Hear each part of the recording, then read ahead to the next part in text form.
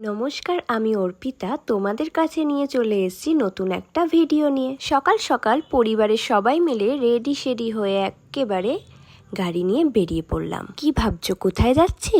আজকে আমরা যাচ্ছি তারাপীঠ মায়ের মন্দিরে। এই সুন্দর রাস্তা উপভোগ করতে করতে আমরা চলে গেছিলাম শক্তিগড়ে ব্রেকফাস্ট করতে। বাইরে এতই গরম যে আখের রস দেখে আর থাকতেই পারলাম না। কাকু এদিকে আখের রস বানাচ্ছে আর এদিকে দেখো মা আর বাবা দাঁড়িয়ে রয়েছে।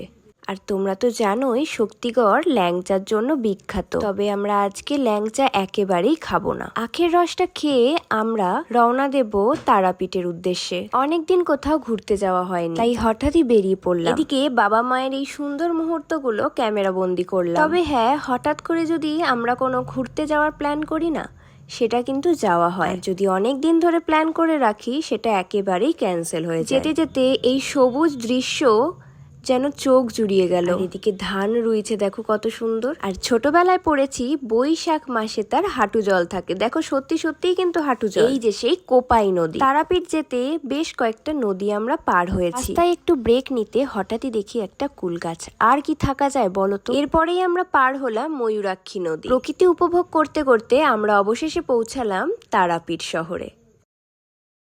তো আমরা ফাইনালি তারাপীঠ চলেই এসেছি। আমরা গাড়িতে বসে আছি, আমি আর দিদা, আর বাড়ির সবাই চলে গেছে হোটেল দেখতে। তো ফাইনালি আমরা পৌঁছে গেছি তারাপীঠ। তো তোমাদের সাথে দেখা হচ্ছে হোটেলের ভেতরে গিয়ে।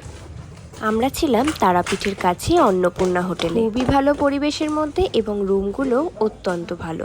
চলো তোমাদের সাথে রুমগুলো শেয়ার করি।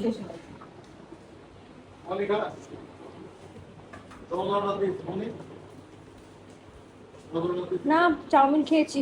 আমরা ফ্রেশ ট্রেশ হয়েই চলে গেছিলাম মায়ের মন্দিরে পুজো দিতে। মন্দিরের সামনেটায় দাঁড়িয়ে রয়েছি, তাতেই যেন মনটা খুব শান্ত হয়ে গেল। আজকে আমরা তারাপীঠে থাকবো আর কালকে যাব নতুন একটা জায়গায়। ততক্ষণ পর্যন্ত তোমরা আমার সাথে থেকো।